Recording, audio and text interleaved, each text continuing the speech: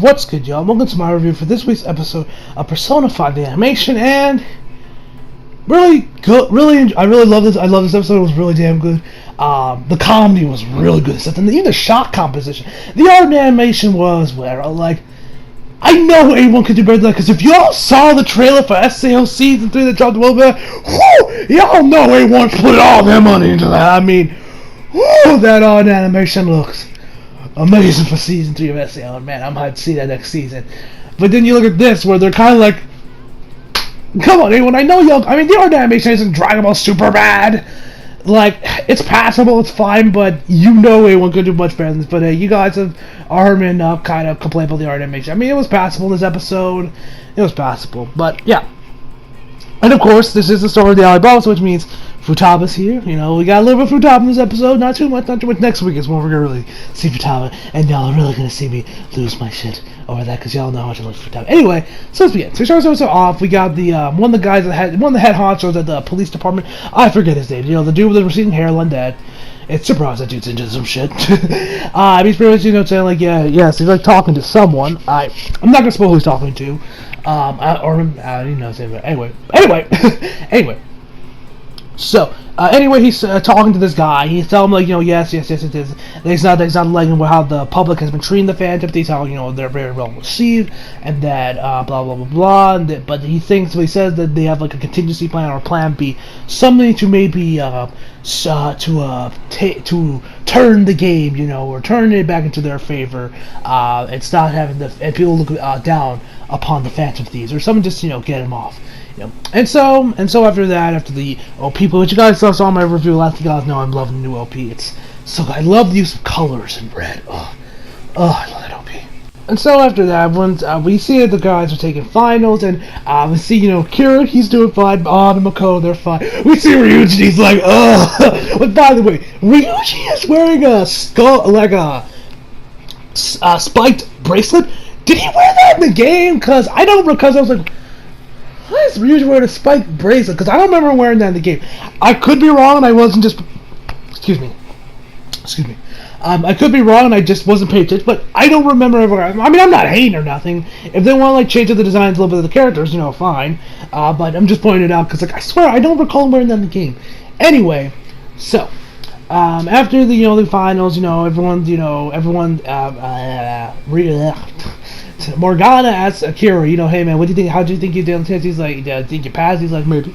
And then he's like, you know, everyone's excited because tonight they're going to have fireworks, and of course, you know, Kira, Makoto, and everyone, they're losing their shit over this. And so again, there, you know, Yusuke's wearing a kimono, and Makoto wearing kimonos. I forget the exact holidays. I'm not an expert in Japanese holidays and all that shit. Anyway, so they go there, you know, the music, they kind of allow the dialogue in this part. I mean, they kind of, like, it's mostly just like, you know, their mouths are just flapping, and they got the Persona 5 OST player. I mean, I'm not him, I'm just pointing that out. So they end up going to the fireworks. They already start when they get there, and then Ann notices that it started raining, because, like, so rain, then, you know, they rush over to the nearest 7-Eleven. It's not called 7-Eleven, but it's pretty much 7-Eleven.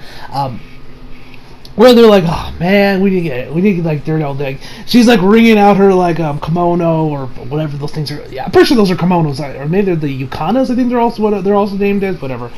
She's like wringing to get the water out there, and the Makoto point, and we actually see like they show up and give us a little bit of fan. So it's not as much as the game, because I remember in the game they actually really showed off, you know, that they were see-through and you can see a little bit more. Here I don't remember them. Here they didn't really do as much as that. I mean, they showed off Ann's legs.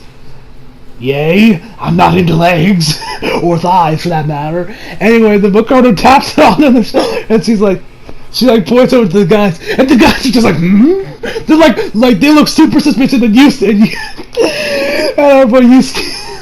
Yusuke actually got a fan in front of his face. I found that hilarious. They're just like, So they go inside, and then, you know, Ryuji's got ready, like, man, we finished our exams, we took care of Kanshiro, and this is the thanks we get for our troubles? Rain? God damn it. And I even joined, like, you know, I kind of agree with that, hoping we can make some good memories here, blah, blah, blah, blah, blah. And so they get back to school. Mishima, she shows up at the fan side. They hear, actually after, before that, we see Sai, she's with Sojiro. So they're having a conversation about something. I also forget exactly what Sai was trying to get out of Sojiro. I forget the exact things he was trying to get because it's been a while since I've seen the game. Steve Nealby's let's play of it. Anyway, so he says like, no, I have nothing to say to you, and she's like, okay, thanks for the drink, but I have ways of making you talk. We don't know, we kind of see what she means by that later on in the episode. And so after that, Akira shows up, and we hear also about Medjed, or maybe the no. The stuff with Medjed happened later. Never mind. We'll talk about that part later. We kind of zoom in on the screen and we hear about Medjed, how they're kind of like, not really fans of the family. They're pretty much saying, hey, y'all aren't serving out real justice, kindly fuck off. They're pretty much saying that. And since, and so, they're like, I've never heard, like, Medjed is pretty much, at least how it's explained in the game, here, they're pretty much like, Persona 5's version of Anonymous, pretty much. And so, they're like, hey, I've never heard of these guys, they're probably nothing we should worry about, so they kind of like brush it off. And so after that, which actually, by the way, before I begin, actually, when we were at the 7-Eleven, we actually, Horror had a little cameo appearance, which I think that's actually her, when she actually, I think that actually happened exactly the same way in the game too, when Horror got that little cameo appearance. A lot of characters got cameos in this episode, like, Takemi also got one as well later on. So anyway, after that, we get back to school, and then we find out that Medjed is actually serious what they're doing because they or maybe it was I think it might have just been Alibaba that did it was Alibaba, not Medjed. What am I talking about? Alibaba then pulled this whole stunt where like everybody's phone starts blowing up and they're like receiving calls from Alibaba and and comments like, hey, everyone turn off your goddamn cell phones, I will confiscate them if y'all don't. And so after that, we then see Takemi's little cameo appearance. She pretty much just saying like, hey, you did good work, blah blah blah. Nice for you being my guinea pig, blah blah blah. No, she getting toned, blah blah blah blah. And she says, you're probably still a Digimon, so you can hang out by the waiting room, until you're like pretty much ready to go. So we see Akira waiting there, and then his phone. Then he starts to receive text messages from Alibaba and tells like, hey, what's the stunt I pulled at school, and hey, I know who you guys are. Let us make a deal. So, and he tells like, show the rest of your crew since I know you guys agree on this stuff unanimously. So Akira shows them, they're like, oh shit, how does he know? Crap. Okay, let's see what he has to say. And then when On talks about like our accounts are being hacked, Ryuji's like, oh shit, I got to delete some shit off my phone. And I'm like, and On and Makoto immediately pick up on there's like, sounds perfect. He's like, no, it's not like that. I'm like, bro. The only reason someone would ever lose their shit about someone hacking their phone is if you got some shit to hide. So what you got, Ryuji? You got some hentai? Got some porn on your phone? Some hentai dojins, perhaps? What do you got, man? Come on, shit with that. Anyway, so that was like probably my highlight of the episode. Besides seeing Futaba make her appearance and like the whole thing she had with like Makoto and Akira, like her just turning almost into a horror movie. That was my favorite part of the episode. Because like I said, the actual comedy in this episode was actually really good, and also the shot comes like there were a lot of good shots. I like how when the text message you see like kind of a reflection in Akira's eyes and Morgana's eyes, and how they kind of have on the side while the guys are looking at the screen. I like the overall shot composition was pretty good. I just kind of wish the art animation was just a lot more pleasing to look at. Not that it was bad or anything, but I'm just like, I know y'all can do better than this. It's passable, it's bad, like I said. Anyway. So, after Ryuji's like, that they end up, they find out more about that Alibaba, tells like, I need you guys to, take care of, steal someone's heart. And they're like, okay, who? Because Akira received a letter from Alibaba, and actually, this is when, Sojiro has another conversation with, Sai, where he talks about, hey man, I hear that we're gonna take away your parental advisory license because he's taking care of someone, being Futaba,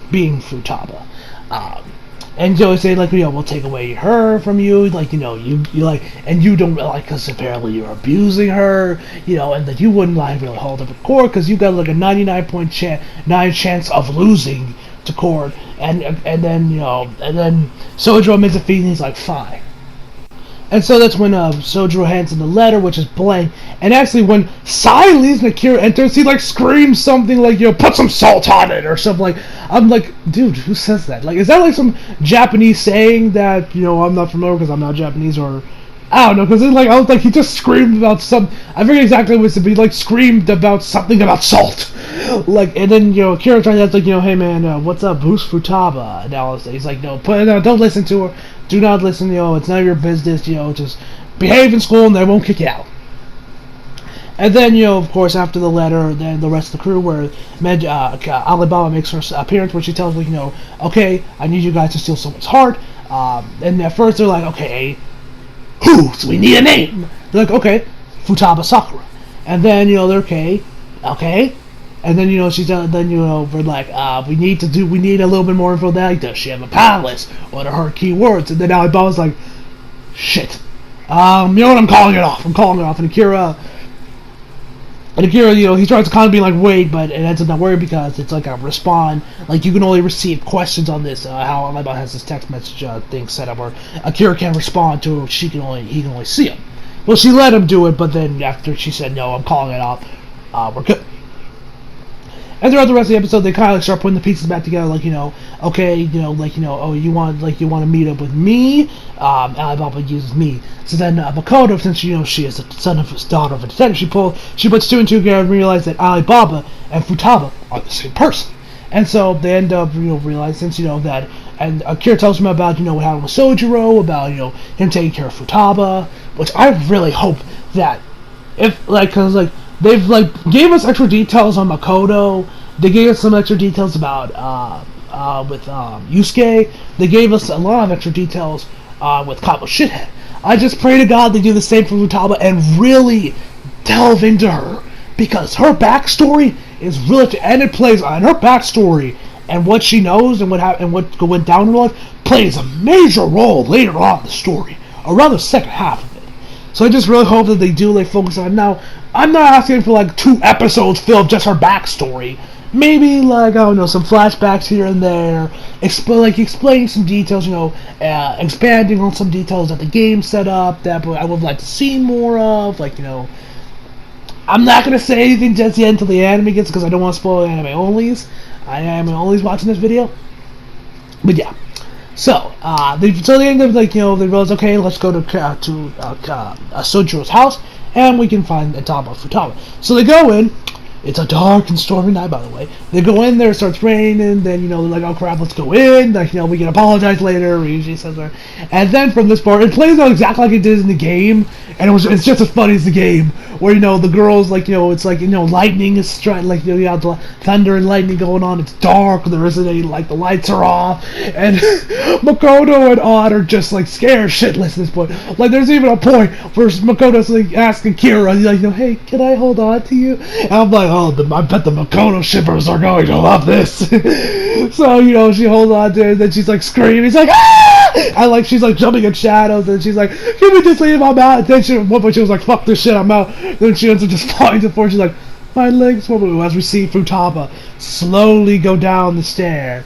And then we end the episode with a final shot of the lightning striking, and we see Futaba with her glasses reflecting off the light, and Makoto's just ah! The facial expressions they had from Makoto when she was screaming were really damn good. That's I felt like they put all the budget in there for this episode into the Makoto's faces at the end of the episode. So yeah, and we also didn't get a post-credit scene weirdly, we've gotten one for the last couple episodes of but this week they didn't give us anything. So yeah, so overall I give this episode a 9 out of 10. The comedy was great, the shot composition was really good, the art and animation could have been better, but what can you do? The voice acting was great, and yeah, looking forward to next week. Y'all know that's when Futaba's gonna make her appearance, and I'm hype as hell to see that, because y'all know I love Futaba, and y'all know I'm gonna lose my shit next week. I just hope they do explore her backstory, because her backstory is so cool. It's so good, especially her confidant. Anyways, hope you guys enjoyed the video. Leave a like, subscribe if you're new. Follow me, subscribe if you're below, and as always, come back for more. See you guys in the next. If I didn't say it already, the final verdict's a 9 out of 10. See you guys next time.